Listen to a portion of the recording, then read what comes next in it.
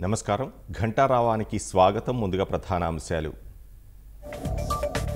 పిన్నెల్లికి మించి రంపచోడవరంలో అనంతబాబు ఆగడాలు. సుబ్రహ్మణ్యం కుటుంబాన్ని బెదిరిస్తున్నారన్న న్యాయవాది ముప్పాళ్ల.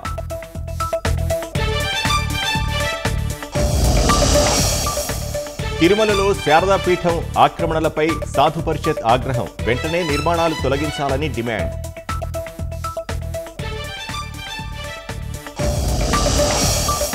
సీఎం చంద్రబాబు నివాసం వద్ద స్కిల్ ఉద్యోగులు. వైకాపా సర్కార్ అన్యాయం చేసిందని ఆవేదన.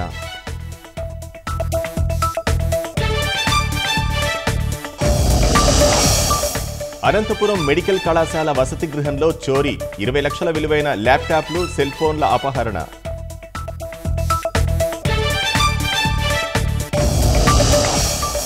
యూజీసీ నెట్ కొత్త తేదీలు ప్రకటించిన ఎన్టీఏ. ఆగస్టు 21 నుంచి సెప్టెంబర్ 4 వరకు పరీక్ష.